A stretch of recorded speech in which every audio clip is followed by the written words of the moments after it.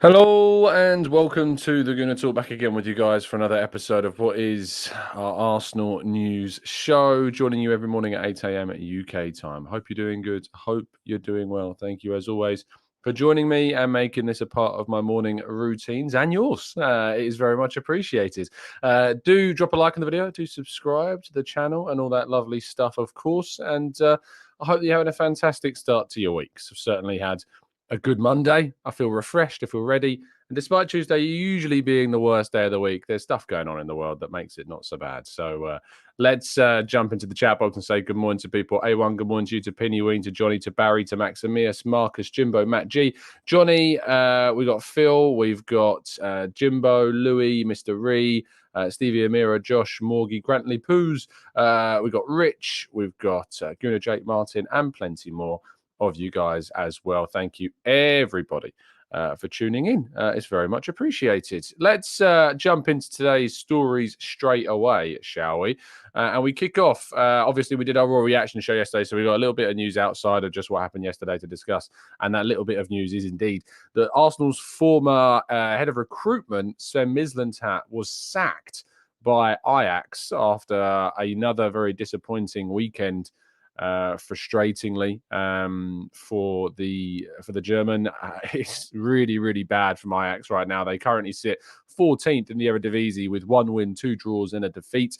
Their stadium was vandalised by supporters, and Sven Mislintat has lost his battle and support of the boards, and has been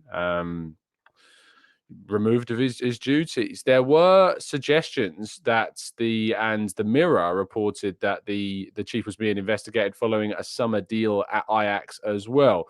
He was being probed over the transfer of Croatian defender Borna Sosa to Ajax on deadline day last month in August. But it's very interesting. They say that it's not related to that, and it's just because of a lack of support from the board. So very interesting indeed. And certainly Arsenal, I think, ended up doing the right decision in moving on and finding their way to Edu, as Arsenal have gone up the table of Ajax themselves, have certainly gone further down it. Saka suffered what is described to be a bad bruise against Spurs, but nothing too serious. That is obviously it's really positive news for Arsenal. He's used to getting these bumps and bruises, is Saka. He gets tackled every single day, be it in training, be it in the games. And certainly Saka is always going to have to deal with these types of little clashes and hits throughout his time playing in the Premier League. But it's positive news that it's nothing serious, and that hopefully he'll be ready to play against Bournemouth. I would be a little bit disappointed if he started the game against Brentford on Wednesday night. I don't think that we need to start Saka. I think that we can rotate. I think Nelson can come into that right wing position. We can, play without him and give him the much needed rest that he needs as we get closer to that game against Manchester City. I think resting him and keeping him as fit as possible. He looked so shattered at the end of that game against Spurs, and obviously that was also exacerbated by the injury that he suffered as well. But it's not serious, and hopefully he'll be back very soon indeed. Trossard is also some really positive news. He could return for the game against Bournemouth after only suffering what was a slight muscle tightness last week, and that kept him out of the game against Spurs. Martinelli as well.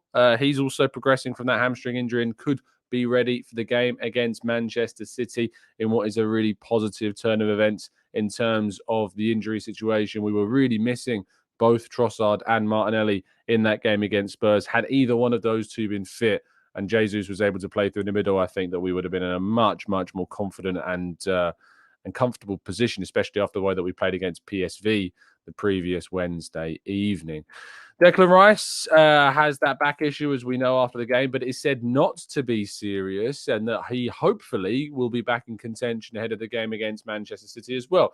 There is, maybe a small chance he could be back for next weekend or this weekend coming, but I'm not sure I would take the risk away at Bournemouth. And also Thomas Partey is expected to be ahead of schedule. There were initially suggestions that Partey would be back after the international break, which is the break following the game against Man City. However, there are suggestions that maybe he'll be in contention to play against City. So let's wait and see, and we'll follow this thread and we'll continue to keep you updated on the situations and scenarios of both players. But that's 5 injury updates: Thomas Partey, Declan Rice, Gabriel Martinelli, Leandro Trossard, and Bukayo Saka, all positive responses. So in terms of Arsenal's injury situation, yes, We've got a little bit of a mini crisis, if you like, but certainly there is lots to be said. Peter, no, they didn't say that about Saliba. I know you're relating there to the back issue not being serious. They didn't say that about Saliba, saying it wasn't serious. There was always concerns, and Arteta always said you didn't know how it was going to evolve. We didn't really know when he was going to be back. So no, let's not mesh the two together. There was not a correlation between the words being used about Declan Rice's back injury and about Saliba's back injury. So please do not stoke the fire with inaccuracies. And lastly, our headline story of the day is that, according to John Cross in the Mirror and plenty of other reports, to be fair, and there's been links to Ivan Toney for quite some time, Arsenal are stepping up their interest ahead of the January transfer window for the Brentford striker. Now, I've talked about Ivan Toney at length in previous shows. I've given my thoughts on Ivan Toney in previous episodes. I was on with Lee Judges and Dan last night and Adrian talking about, what Arsenal need to do. And for me, I have my doubts about Ivan Toney as a striker. Is he going to be able to bring goals to Arsenal? I'm sure that he would bring goals to Arsenal. But the suggestions that we need to go for Ivan Toney and he's the guy that's going to save Arsenal and take Arsenal striking position to the next level, I just don't think the evidence is there to back up that claim.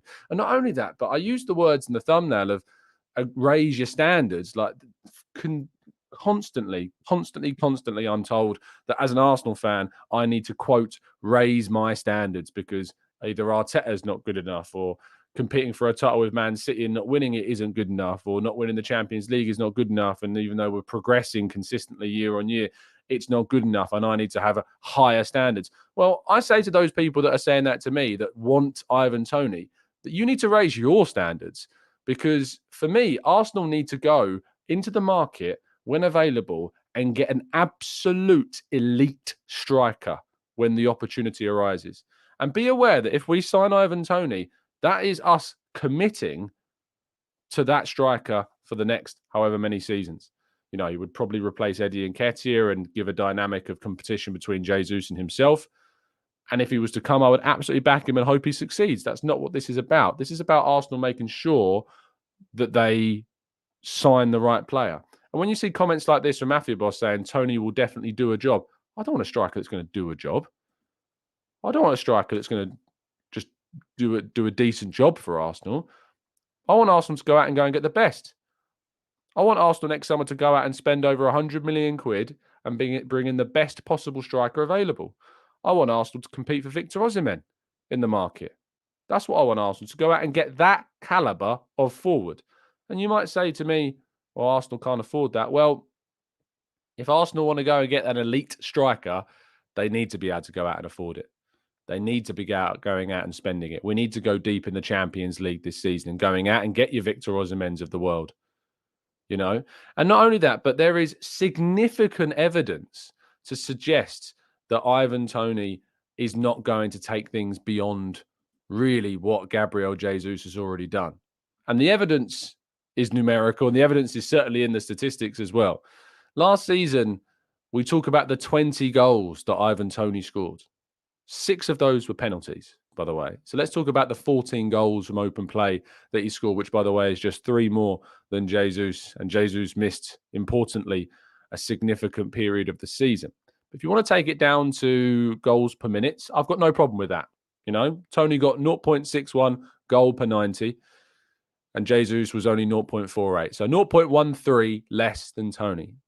And that is, that's facts. He's scoring less goals per minute than Toney last season compared to Jesus is scoring less goals per 90 compared to Toney. But if you're the Arsenal striker, your job is to do far, far more than just get on the end of chances. And Brentford's system is all about getting the ball to Toney. He's the spearhead of the attack. The guy at the end of every single attack is designed to be Toney. If you're the Arsenal striker in Mikel Arteta's system, it's not just about scoring goals. And that's why when you look at the goals and assists per 90 statistics, Jesus is better. Toney, 0.73. Gabriel Jesus, 0.74.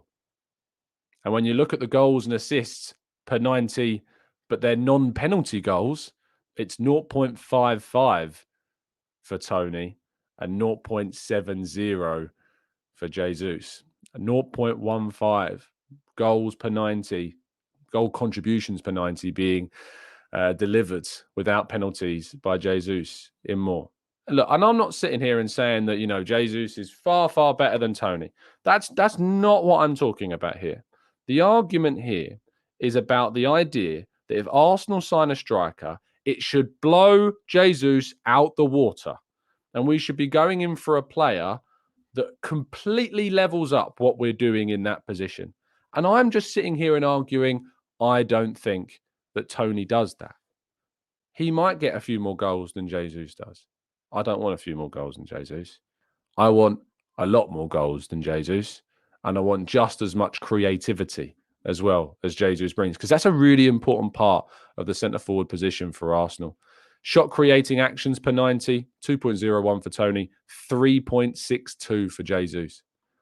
This guy creates for us. This guy attaches himself to the other players and creates opportunities for them. Jesus is an overall better player for me than Toney is. Ivan Toney's an overall better goal scorer just than Jesus by 3 goals last season, non-penalty goals. And so I just think that Arsenal need to go out into the market and go and get the absolute best. And if that is a Victor Osimhen, find out what he costs, pay the money. If that's, maybe a striker that's more collaborative, maybe that's the answer, going into the market and getting a striker that's more collaborative in that sense, is a Lautaro Martinez at Inter Milan. Is that the type of striker that Arsenal need to go for? Because, Martinez scored upwards of 20 goals last season. It's worth remembering.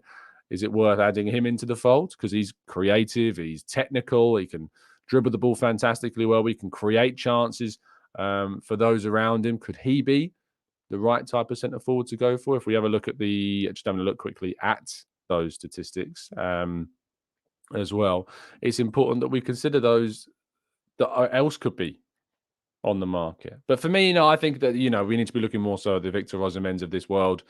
We need to be going out into the market and adding somebody that is of an absolute elite level. So no, it's not Ivan Toney for me.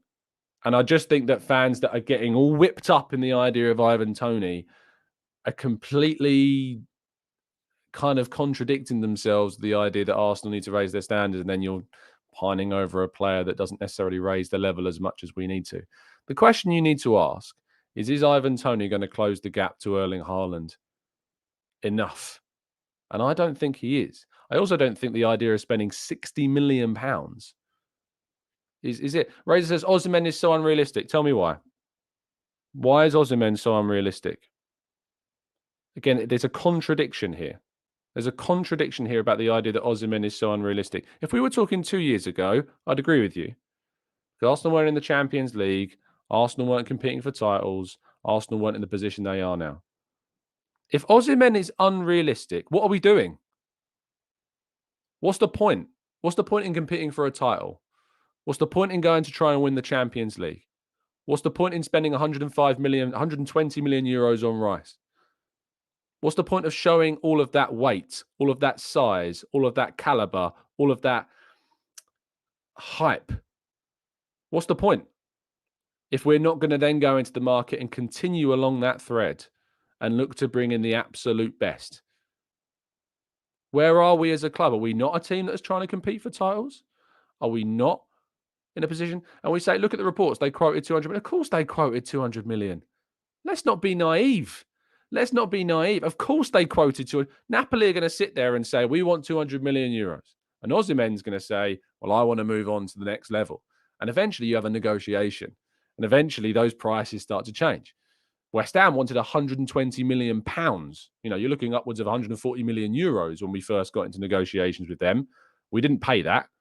We came down on the price. It's not about what they're quoting. Of course, they're going to quote that amount of money because they want as much as they can. A negotiation then happens. And then you come to an agreement. Remember the Gonçalo Ramos price from Benfica. Benfica were quoting upwards of 100 million euros for Gonçalo Ramos. And what has he moved to PSG for? He's moved on loan. And this is what I'm saying. It's like we can all talk about the prices that are being quoted. We can all talk about the prices that are being quoted in markets and things like that. But at the end of the day, that is not a reason to anymore It was before when Arsenal were a Europa League side and they were, still trying to grow as a club. Then we could talk about things being out of Arsenal's reach, but not now. No. If Arsenal are a club that have to compete for titles, if Arsenal are a club that are competing for the Champions League, if Arsenal are in the Champions League and going deep into that competition, then no. Players should not be out of Arsenal's reach unless we are talking about, Lionel Messi levels of kind of caliber players here. Then I would understand. But even then, if we want Arsenal to be in a position where we're competing for titles, then that's what we need to go and do. Ivan Toney doesn't close the gap.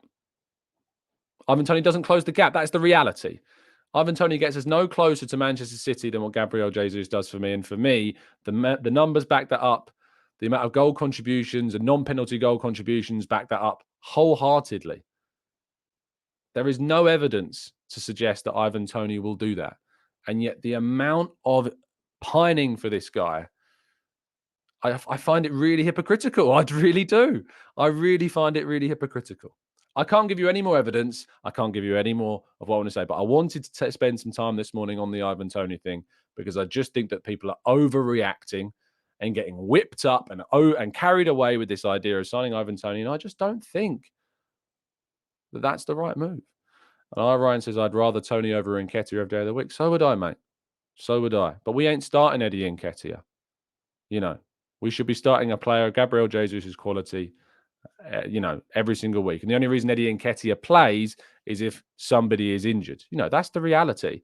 The only reason Eddie Nketiah plays. If we're talking about signing a backup to Jesus, do you know who the backup to Jesus should be? Jesus, because we should be replacing Jesus and upgrading upon Jesus, and then he becomes the number 2. If your aim is to upgrade on the backup, that's not the way in which you improve and close the gap with those up top. The way in which you close the gap is by making your starting players the backup, because they're then competitors, not even backups. We don't like that word here. They become competitive options for us. Raya's come in because we've signed a player that's designed to increase and push the needle. We didn't replace Matt Turner with David Raya.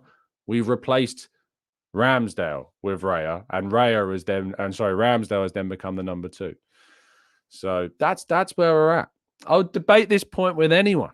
I know there are people out there who are really obsessed with Toney, but I just don't think the numbers or the evidence or even the standards suggest that that's the right player to go for. But again, caveat, if he was to join, I would absolutely back the guy, support him, and hope that he proves me wrong. That is never in doubt. I just think that there are, and we should be going for better, and we should be going for the absolute elite. Bearing in mind he's not even played football and won't have played football for a significant period of time either. Right then, let's go to part 2, and we'll jump into the chat box even more and tackle some more of your questions right after this.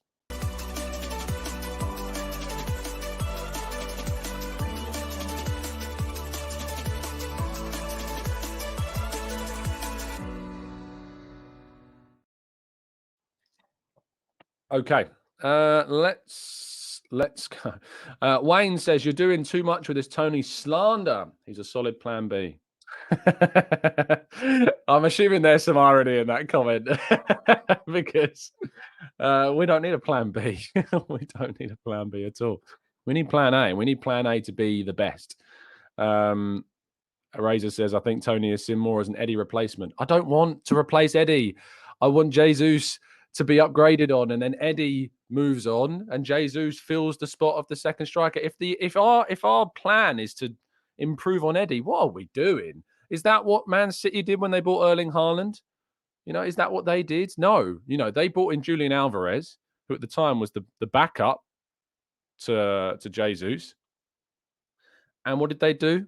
They signed a player better than Jesus. They signed a better than their starting striker to take them to a treble. So are you telling me that the plan is to go out into the market and sign a player that's better than our backup to Jesus, and that's how we're going to go out and try and compete with City? No, that's just not. I don't get it. I don't get why people's mindset is this way. I've been told for years and years and years that my standards are never good enough. And now I'm being told that we're signing a player for 60 million quid to replace our number 2. It doesn't make any sense to me how I can be told one thing and then people act another way. It makes absolutely no sense. whatsoever. John says, would you go back in for Vlahovic? I'm not sure that Vlahovic has shown me enough to suggest that he is of that elite caliber of striker yet. It didn't have the best of seasons last season. I know he's had a good start to this season. So let's see how it plays out. Maybe the talent does get realised this season. I guess we will have to wait and see. Let's go to if he says, do we want to win a title one day or not? I'm weak. We do. And if we want to go and win a title, then we need to go and make decisions in the market that close the gap to City as much as we can. I don't think Toney does that. Carl says, Tom, I think the Toney will depend more on the price. If he costs 60 million or less, I would take him. More than 60 million is a mad amount of money for Toney. It's a mad amount of money for Toney. Like, absolutely mad. Razor says, Toney or Ferguson if we're choosing Premier League options. I think I'd have to wait until the end of this season before I make a decision on that, because I need to see more of Ferguson. There's no doubt that Ferguson's got some amazing talent, but I need to see more. I need more guarantees. I saw someone say to me in the comment section yesterday saying that Ferguson is a sure thing. No, he's not. He's not a sure thing. Have we not learned anything? How many wonder kids have there been that have gone on and just gone into nothingness? So I need to be more. We need to be so sure about the striker signing. We have to be so sure about that striker signing. And Dorian says we paid 65 million for Havertz. Exactly. It's exactly my point. 60 million quid these days doesn't get you the player that's going to transform you. It just doesn't. You can get bargains here and there. You think about Odegaard, you think about White, you think about Zinchenko, you think about Jesus, you think about, I think Tomiyasu's a bargain. I think Gabriel has proved to be a bargain. Saliba's a bargain. There are bargains out there, but there's no guarantees of that either. And I think, 60 million quid, if we're going to start, I guarantee you that there's people, I've scrolled up in the chat box, but I guarantee you, Razor, who I've been talking about, mentioned Havertz. There you go. Has mentioned Havertz at 65 million, who is poor, let's be honest. And this is what I mean. Like, there's this obsession with, comparing the price tags of players. I don't care. But the amount of money is so important at the elite level. You're going to have to pay a huge amount if you want the absolute elite. The only reason that Haaland was costing what he did is because he had a release clause. It's the only reason that Man City got Haaland for the price they did. If Haaland didn't have a release clause, they'd be getting him for 150 million quid from Dortmund. Let's not beat around the bush. That's how much they would have had to pay for. James says, it's a Toney hater. That's it. Here we go. That's the perfect comment, because I was hoping that a comment like this would come into the chat box.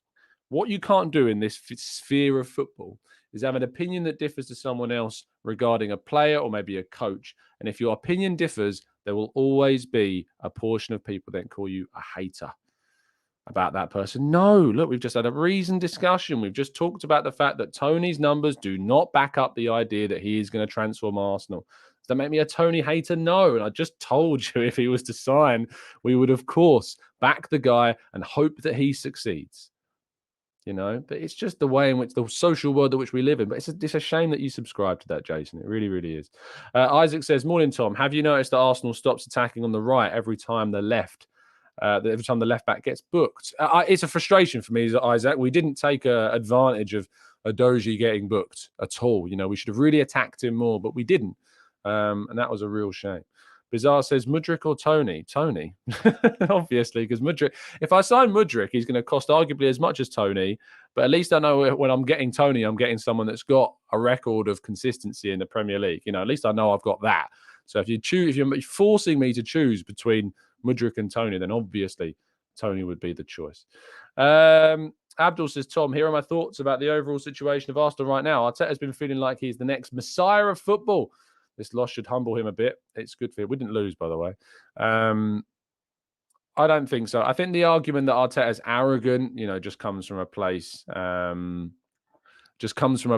where people don't really understand what he's trying to do. They don't really like him. Look, Arteta's personality for a lot of people is not very likable. I understand that. Not everybody likes Arteta. And that's fine. I don't have to ask everybody to like him. I wouldn't say that I like him as much as I like the personality of Ange Postecoglou. I think I prefer Ange Postecoglou's personality. Arteta's quite cold. Arteta can be quite harsh and brash. He can be, entertaining and fun and try and make jokes, and he does that. But from my perspective, being in a room with the guy at times can be really cold, and so I can understand why somebody may not like Arteta's profile. I get that. I'm never gonna begrudge somebody for not necessarily liking somebody. You're entitled to like who you like. But what I would say is that I don't think Arteta is arrogant. I think he's stubborn. I don't think he's arrogant. I think he's stubborn. I think he's principled. I don't think he's arrogant. I think he recognised. I think he spoke after the Everton game and said that, he's a young coach, still 3-4 years into his time in the job, and that he's got regrets. And someone with arrogance doesn't say things like that. They don't say things in reflective terms like that. They don't say that you got regrets. They'll say everything I did for a reason, and I was right, and I backed myself in those. That leans more into arrogance. But Arteta's reflective. He's stubborn and principled, sure, but he's reflective. So I wouldn't say he's been thinking he's the next Messiah by any means, shape, or form. Jesus, Arteta is playing Havertz on zero merit. Didn't he drop him? I'm pretty sure he's dropped him for the last 2 Premier League games. I think Vieira started our last 2 Premier League. So I don't know where this comes from, that he's playing Havertz on zero merit because he's dropped him from the last 2 games. It's difficult. I think, if you're going to come in with comments that are kind of critical of the decision to play Havertz, they've got to come with the perspective that he has been ruthless. Havertz. He spent 65 million quid on this guy, and after 4 Premier League games, he dropped him. Said, no, you're not doing good enough. And Vieira's done well off the bench. I'm going to start Vieira. Oh, hold on.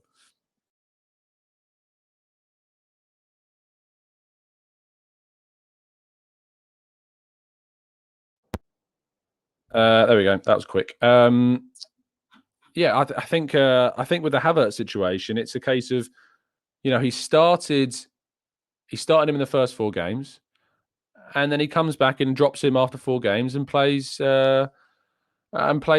So yeah, I don't agree. I don't agree with that. I don't think there is kind of an arrogance about the Havertz selection because he dropped him. So yeah, I don't really get it. Razor says, how do we solve the number 8? Do we need to recruit? Yeah. We probably do need to recruit. I think the thing is, like, Partey's injury is really annoying. Timber's injury is really, really annoying. Because I think that Partey and Rice playing in midfield together would be great for a long-term partnership. But Partey is just not reliable enough. We need to find a way of moving on from Partey because he's just not there enough of the time. I think if I was choosing my starting Arsenal midfield, it would be Partey, Rice, and Ødegaard. That's what I would choose. But sadly, we don't have that option. And if Timber was available, I think we'd have even more options to kind of structure the back 4 so that Partey, Rice, and Ødegaard situation works. Because I think if you have Partey, Rice, and Ødegaard, I think you can use Timber and Zinchenko, and you keep that defensive solidity because you've got Rice and Partey. So yeah, I think that would be my dream Arsenal 3 in midfield. We've invested so much money in Timber, and we invested in a really important position. But make no bones about it. When I talk about getting the elite players like that are on the market or whatever, Timber was the best fullback, hybrid defender, if you like, option that we could have bought. We went out and got the best option on the market for me in Timber that we could have got. And we've lost him for the whole season. And it's still not talking about enough for me. It's still not mentioned enough when we talk about the limitations of Arsenal this season. We lost one of our biggest additions in the summer for such a long period of time. And Rice was not there for the last 45 plus minutes against Spurs. And I'm sure that if Rice had finished the game against Spurs, we would have won that. Just like I'm sure if Martinelli was fit, we would have won that. And I'm relatively confident if Trossard was fit, we probably would have won the game as well. If Jorginho hadn't made his mistake, I think we would have won the game. If we hadn't have conceded so quickly after that second goal. So I think there was so many scenarios where we won that game in the weekend, and then there's not the meltdown that we've had. Yes, we've not clicked yet. Yes, we've not played amazingly well so far this season. But I tell you what, besides the Spurs game, we've deserved to win every single game that we've played. And I think if we'd have had the players available, we probably would have been deserving to win against Spurs as well. And says, Tom, let's talk about conversion rates. No, let's not talk about conversion rates. Let's talk about big chance creation. Those that think that finishing our chances is the biggest problem in this Arsenal team, I'm sorry, but I don't think you're correct. For me, you're not correct. The biggest problem in this Arsenal team right now is chance creation, specifically big chance creation. We're not good enough at creating big chances frequently enough. Because we can all talk about how good finishers are and the fact that we apparently need a better finisher at Arsenal. Well, I was listening to the Arsenal Vision yesterday, and I give credit to Elliot for this because he enlightened me to this statistic. But do you know who missed the most big chances? Well, I'll link this to the question. Who is the best finisher in the Premier League? For me, I think it's Erling Haaland. I think Erling Haaland's the best finisher in the Premier League. He scores the most goals. Makes the most sense, right? That he's the best finisher in the Premier League. Who missed the most big chances last season? Erling Haaland. Do you know who before Erling Haaland was the player to miss the most big chances? Harry Kane was the player that missed the most big chances. And yet we look at those two strikers as two of the best finishers in modern Premier League history, right? Those two, without a doubt, are two of the best finishers and goal scorers the Premier League has seen in modern times. And yet they are also two of the highest and most frequent big chance missers in the league. And do you know why? Because City and Spurs created so many chances for those players. And if you create more and more chances, the percentage chance that you will score more goals goes up. And at the moment, we're not good enough. Big chances created this season, 13. That makes us 12th highest. 12th. We're something like around 40 big chances created less than Liverpool this season. It's not good enough. Big chances scored, we're 8th with 5. Big chances missed, we're 8. We've got 8 when we're in 9th place, joint 9th place. Our expected goals is 8th. Our shot conversion rate is 8th. So that's the problem. Our shot conversion rate is still not great, 12%. We're 8th in the league in terms of shot conversion. But we're 12th for big chances created. Imagine if we had the 8th highest shot conversion, but we were 1st or 2nd in big chances created. We'd be scoring loads of goals. Loads and loads and loads of goals. Yes, I don't mind if people want to say it's both. That's fine. If you want to say both is an issue, I don't have an issue with that. But I think that the bigger problem is the lack of frequency in big chances that we are creating. Because if we create more and more chances, we are going to score more goals. It's just fact. It's just counting. That's all that it is. So for me, it's about how many big chances we create. Why is that a problem? Well, I think obviously we lacked Gabriel Jesus at the start of the season. I think when Jesus has come back and started in the team, we've now lost Martinelli and Trossard for his first Premier League start. Look at the game where Rice was fit, Saka was fit, Jesus started, Trossard started, Zinchenko's there, White's there, Saliba, Gabriel, Odegaard, and of course, ironically, Havertz starting as well. Look at the game where we started what I think is probably the best starting 11 that we've got this season. The PSV game was the game where we started the best starting 11 available to us this season, I would argue. You know, you could argue that maybe if Martinelli was fit, he would have been in there, of course, too. But PSV, yes, were open and they attacked us, but we created a lot of good chances in that game. Whether or not that PSV were open and gave us the opportunity to do that, we created a lot of big chances in that game and we took more of those chances because we created more of those chances. And that came from having Jesus and one of our starting left wingers there with Rice, with Zinchenko, with ironically Havertz starting the game as well. So there's something to be said about that. And the best performance so far this season, Havertz started the game. So it's like, it's an interesting point of view, I think. But we talk about finishing. For me, don't talk about finishing. Talk about the frequency of big chances that we're creating. And I think if Jesus starts at striker, I think that is going to help a lot, and especially if we have a starting left winger in Trossard or Martinelli on the field as well. But Jesus coming back into this team and starting at striker is going to be very, very important indeed. And for me, that is it. Jimbo says, Tom, would you change the formation? No, I don't think you can. I don't think we can. The only way we can change the formation is when Partey comes back fit. Partey and Rice in that midfield pivot, if you like, with Rice maybe playing slightly ahead of Partey. And then, of course, Odegaard, Jesus, Martinelli or Trossard and Saka. You know, that's going to take us to much higher heights. I'm hoping that in that game against City that we've got Martinelli, Jesus and Saka. You remember, Jesus didn't play the Community Shield. Havertz started at striker in that game, centre forward in that game. So that for me is it. Jason says Kai Havertz is killing us. Let's be real. I don't think he's killing us.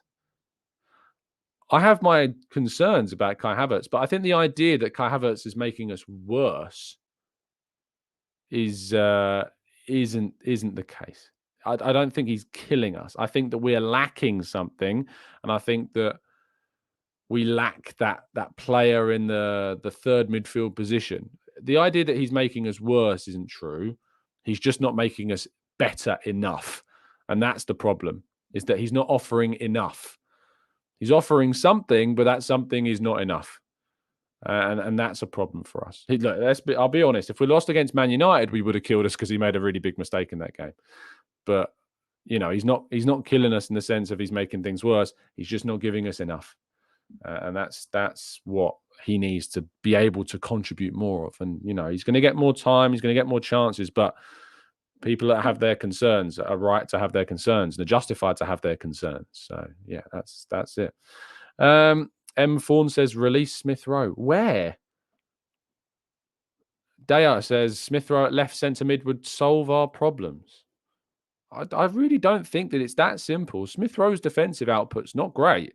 And you need someone who can get back and defend and work off the ball. And Smith Rowe doesn't do that. Good going forwards. Good driver of the ball. Good technical player. Great, I think, coming off the bench. Great at left playmaker. I liked him in that left position. But left attacking mid, no. I tell you who I would like to see play that role. And I think it's something that we did in pre-season and I liked a lot. I want to see Martinelli start left and I want to see Trossard play in midfield. That's what I want to see. I want to see Rice, Odegaard and Trossard as a three. And Martinelli, Jesus and Saka as the front three. That's what I want. I want Trossard playing in that attacking left central midfield role. And I want Martinelli because I think Trossard's work rate's great. I think he contributes in both directions. I think Martinelli contributes in both directions. So, yeah, I'd like to see Trossard there. And I think that in pre-season, we saw Trossard play there and he did really, really well in that position. So, yeah, I'd quite like to see Trossard playing in the midfield is what I would like to see. And let's not be like, it's not a crazy experiment. We've done it. And we did it last season. We saw Trossard come off the bench and play in that position. So, yeah, that is what I'd like. I think Rice can do the job of three midfielders. I think Rice is that good. It's world class. One of the best, if not the best DM in the league, along with Rodri. And I think that Rodri can play that, Rice can play that all-encompassing six, and then you can have Trossard and Odegaard ahead of him, and then Martinelli, Jesus, and Saka. And I think that's a brilliant unit to try and attack teams and to create more high-quality chances. I think that's a great option for us. But at the moment, Martinelli and Trossard are both injured, and so that is that is a problem. But no, Smith Rowe for me is not the answer to that position. Smith Rowe for me, I think his best role is a 10.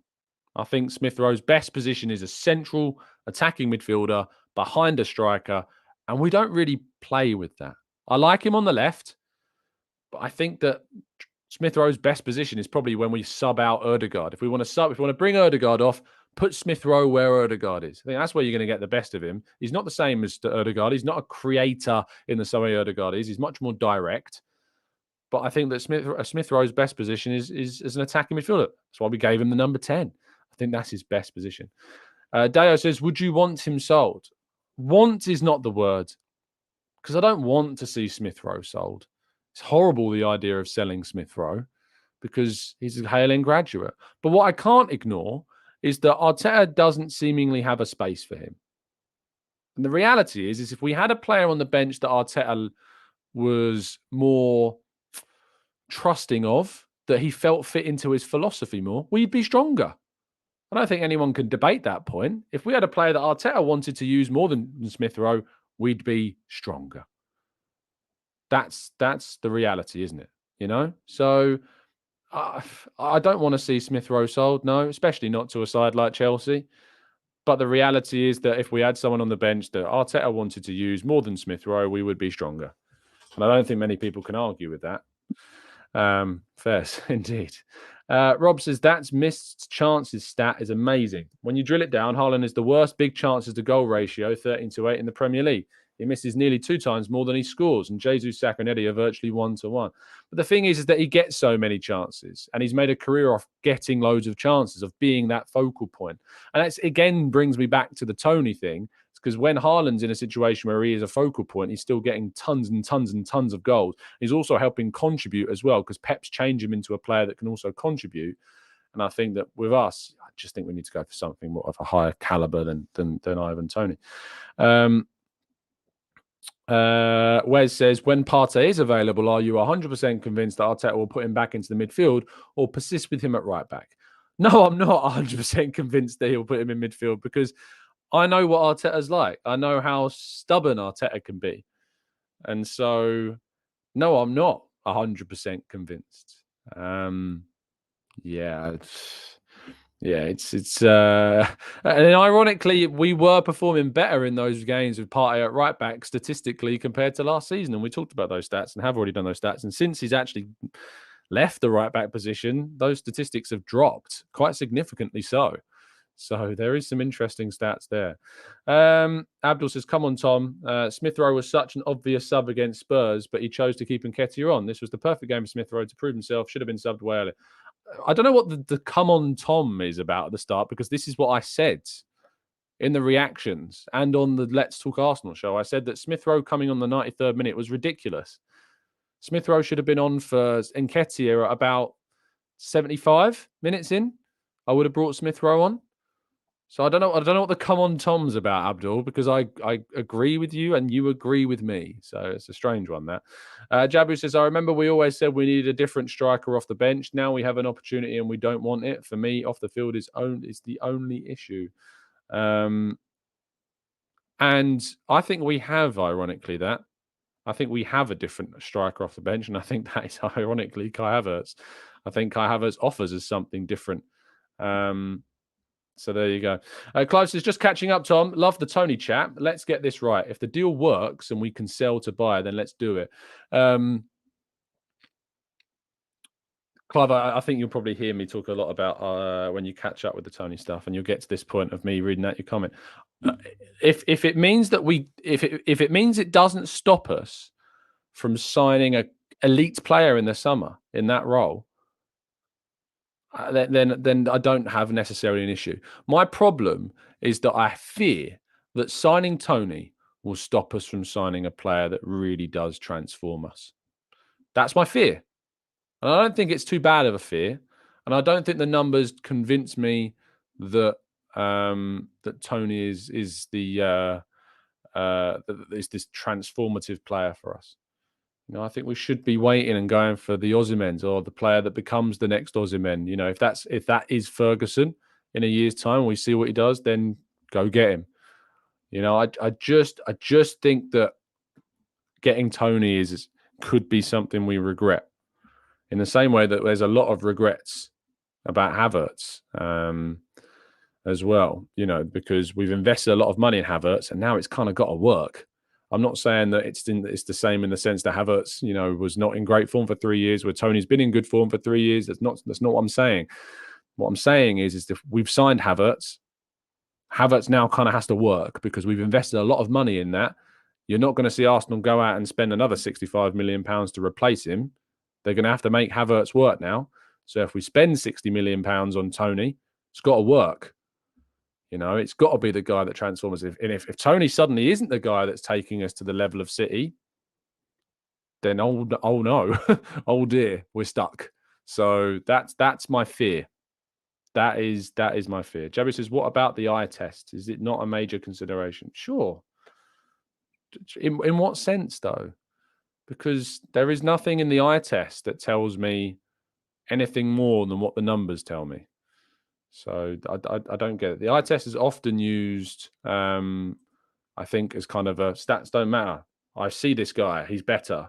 Why? Well, because I can see that. Well, nothing's supporting that evidence.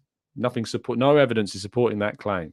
So I can't, cool, your eye test, but nothing here is helping me to see that is the case. So that's a problem. Mikey says, let's try to be functional, Tom, and win games. Let's put transformational to one side. Oh, yeah, without a doubt. Look, I'm only talking about the Toney thing now because it's being talked about this week. If we're talking about being functional now, we need to get Jesus back to centre forward. We need to hope that Trossard and Martinelli come back. And we need to hope that Partey comes back. That if we're being functional, that's what we do.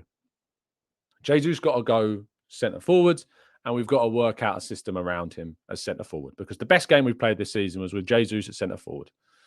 But we had Trossard, and we had Rice, and we had Havertz. So yeah, we have to get Jesus back to centre forward, and that is the way forwards. Daniel says fans were using stats to say we was better than Spurs, the eye test. The ironic thing is that the eye test against Spurs, to me, said that if Jesus takes his chance and we're 2-0 up, we win the game. If Jorginho doesn't make the mistake he does and we hold that 2-1 scoreline, we win the game. If Raya doesn't push the ball back into that area of uncertainty and we concede it goes 1-1 before half time, we probably win the game. If Rice is fit for the full game, we win the game. I think there's so many more scenarios where we win that game compared to Spurs winning or drawing that game. So that's my eye test. That's not based on stats. That's my eye test that tells me that.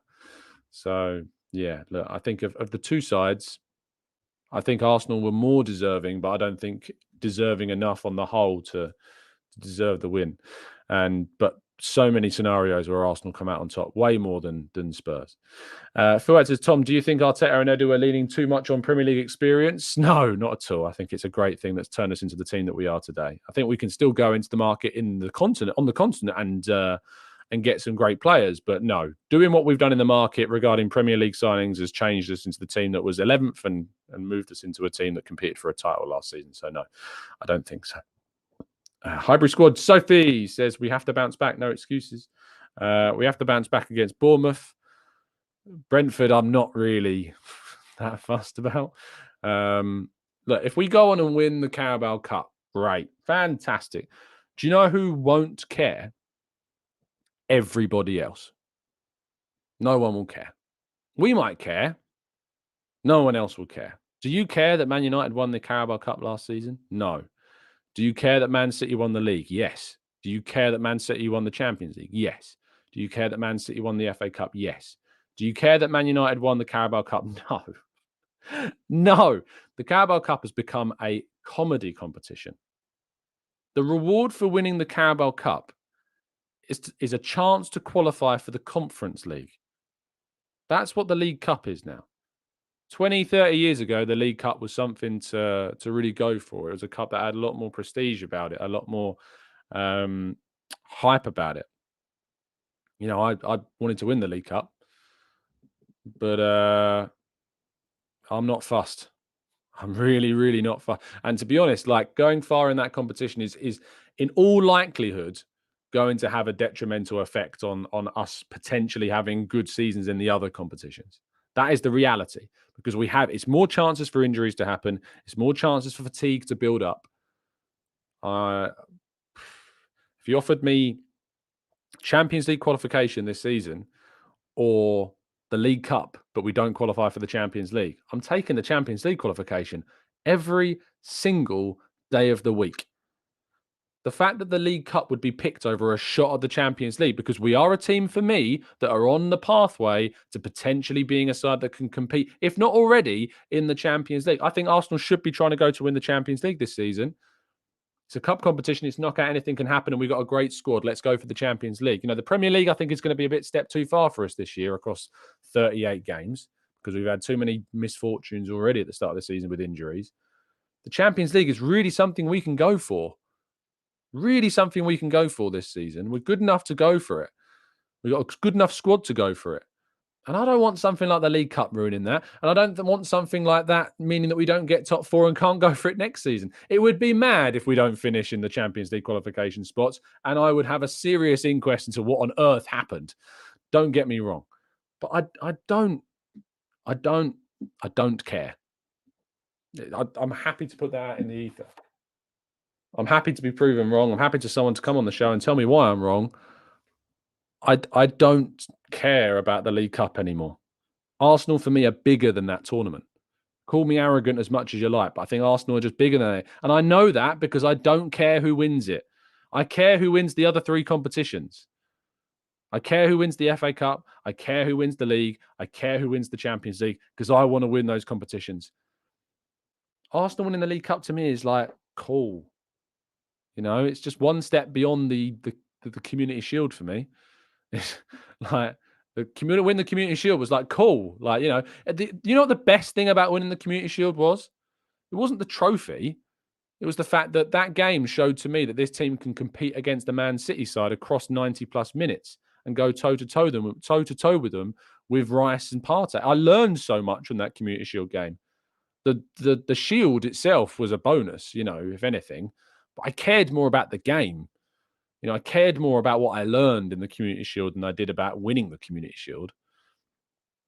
And it was up against a City side that, you know, took it seriously, and both teams were taking it seriously. It wasn't a friendly for me. You know, it wasn't a friendly in the sense that I'm calling the game a trophy. It just wasn't a friendly. It was a competitive game that at the end of it, someone got a trophy for it that's in inverted quotation marks. And for me, the League Cup is just a distraction. The League Cup is a chance for me to throw the kids in. My team for tomorrow is Ramsdale, Cedric, Tomiyasu, Gabriel, Kivior, Jorginho, Miles Lewis-Skelly, Fabio Vieira, Reece Nelson, Smith Rowe, Havertz. That's my team. I'm not sure we're going to get a chance to do a preview because I'm out this evening, but that's my team. I'd play Miles Lewis-Skelly. I'd play Cedric. I'd save Saliba. I'd save Zinchenko. I'd save Saka. I'd save Rice. I'd save Trossard or Martinelli. I'd save Jesus. I'd save them all. Keep them fit. Keep them protected. Don't let him, I'd take Gabriel out if you told me to. I'd put Tomiyasu left centre back and Raw Waters at right centre back. I really would. And that's not me saying I want to throw it, because I'm saying that I want that team to go out and play to the best of their ability. But I'm only playing our fringe players in that competition. I'm not playing our starters. I'm not risking Jesus in a Carabao Cup game. I'm not risking Saliba. I'm not risking Saka. I'm not risking. The only reason I'm playing Havertz is because I think it's an opportunity for him to get some more minutes. It's an opportunity for him to get some more confidence. It's an opportunity for him to try and score. You know, that's the only reason I'm playing him. Smith Rowe and Nelson need minutes. Fabio Vieira is the obvious pick there. I'd love to see a youngster blooded in like Miles Lewis-Skelly. He deserves an opportunity. If Nwaneri deserved it last season, Miles Lewis-Skelly deserves it this season. You know, Jorginho needs minutes. If we're going to need to bring him in for the Bournemouth game, get him playing. Tomiyasu and Kivior need minutes. Ramsdale must play. Cedric is just he's just there. I haven't really got an opinion on Cedric playing, but I'd just rotate everybody. I'd rotate the entire squad. So, yeah. Mikey says, Tom, I think content creators like yourself owe these spaces a deep dive analysis and rewatch of Kai's performance to calm the narratives or natives, as Kai slander is very corrosive to the player and the team. If you want a analysis on Kai, I wrote an entire piece on his game against Crystal Palace and on all the good things that he did in that game. So go and read that. I've done that. Go and read it. Let's go to Rob. Says re-injuries. I feel like selling Xhaka and Balogun has already bit us on the arse. I don't agree about Balogun. Balogun, was never going to get a chance. And, it's not going great at Monaco at the moment either. And I think we got a very good fee for him. Xhaka, I'm totally in agreement with. I wish we hadn't have sold Xhaka. I miss Xhaka. I wish he'd stayed another season. I think he wanted to go, and that made things very difficult for us. And PS, totally agree with you. Read the League Cup, get experience and minutes into players. Sophie says it's silverware, Charlie. Man City fans and Liverpool fans desperate for as part of the quadruple. I tell you what, Sophie, that is the only thing. If Arsenal had won the treble, yes, that's a reason to win the League Cup. You've hit the nail on the head, Sophie. The only reason to win the League Cup is to try and win the quadruple. That is it. That is the only reason I'd want to win the League Cup. Is if it meant we'd potentially have won the quadruple, and you could say that's it. And that's the only reason, by the way, Man City and Liverpool fans would as well, as part of a quadruple. They could take it or leave it. It doesn't matter. It really doesn't matter. I know I don't see Carabao ever doing a sponsorship of the channel after that, but quite frankly, I'd rather have my opinion on it than that. I used to think differently. I've changed my mind on it. I used to argue the point that I think it was a trophy, and I'd rather look back on it in 30 years' time than qualifying for the Champions League. But I don't look at it that way anymore because I'm living in the here and now. And I'd much rather have a shot at the Champions League than win the League Cup. And that's not to say that you can't do both. You could finish in the top 4 or top 5 this season and win the League Cup. of course. But I think that it's harder to go for the title. It's harder to go for the FA Cup. It's harder to go for the Champions League if you're going throughout the Carabao. The semi-final is 2 legs. That in itself is a disgrace. Like the semi-final of the League Cup is 2 legs. That is a joke. Like, why is it 2 legs? It doesn't need to be 2 legs. Chuck it at a random stadium if you like and make it a neutral ground. The fact that it's semi-final is 2 legs is a joke. It makes it even worse. It makes it even more taxing of a competition. So if we win it, I'm going to celebrate because I like Arsenal winning. I celebrate Arsenal winning always, you know. I celebrated us winning the Community Shield. I wasn't really that fast, but I celebrated it because I'm an Arsenal fan. Me not necessarily caring about things. I celebrated when we score a goal in pre-season. I celebrate when Smith Rowe comes off the bench. That feels like a trophy these days. I know, because I'm an Arsenal fan. So I'm going to celebrate it. But I'm not going to reference the League Cup as kind of, you know, this bastion of achievement if we've finished poorly in the league or finished poorly in the Champions League. You won't get me saying that. You won't get me talking about the League Cup like I talk about the FA Cup, you know? I just won't. The FA Cup stands alone as the greatest domestic cup competition on the planet, you know, without a doubt. The League Cup's named after an energy drink and no one cares about it. that's the reality of that competition. And and the reward for winning it is the chance to qualify for the Conference League, which is basically the UEFA version of the League Cup. It's got West Ham fans calling themselves the champions of Europe. So what? Are Man United the champions of England because they won the Carabao Cup last year? No, of course not. Yeah, it's comedy, is all that it is. It's comedy, it's a distraction, and it's a chance for rotation. And I'm going to be there tomorrow night. So make sure you watch and stay tuned to the Football.London live blog as we hopefully see some exciting youngsters given opportunities. Hopefully see Havertz get some confidence into his legs. And we see Declan Rice, Bukayo Saka, Gabriel Jesus, William Saliba, Ben White, Thomas Partey, Leandro Trossard, Gabriel Martinelli, Eddie Nketiah, the lot. Nowhere near this team. Don't put them anywhere near this. Keep them away. Lock them away somewhere. Do not take them. Please don't risk them in this competition. I beg of you, Arteta. Please. Just like subtly make it so that you look like you're trying to win it. I'm not saying I want us to lose. That's not what I'm saying. I'm just saying I don't care if we do. That's what I'm saying. I don't want us to lose. I just don't care if we do lose. I tell you what, I do care if we lose. I care if we lose any of our starters to injury. You know? I know this is one of the worst rants I've ever done, but I can't get over it. I can't find any reason to care about it. And Sophie, I would more than happily jump on a show and debate with Kev about this. I just can't find a reason. It's like people saying we need to win a trophy. No one cares about no one is going to turn around. I tell you what, Mikel Arteta has gained barely any credibility at all to his biggest critics by winning the FA Cup. That FA Cup victory meant nothing months after we won it to his biggest critics. So why on earth would the League Cup change that? Why would that change that for anybody? You know? So, yeah. Anyway, we've been going for nearly an hour. You can tell it's my day off today. It's been fun. We've had a rant on Toney. We've had a rant on transfers. We've had a rant on the League Cup. We've had loads of rants. I hope that it's entertained you. I hope that you drop a like on the video. I hope that you subscribe to things here. I hope you come back tomorrow morning. It's been an absolute pleasure to join you. It's been so great seeing so many of you in the chat box and giving your opinions and your views. And I will be back tomorrow morning at 8 a.m. I am at an event this evening that I will update you on how it went tomorrow morning. It's exciting. I'm looking forward to it. It's a bit of a first for me. I'm looking forward to it. But thank you, everybody that's tuned in.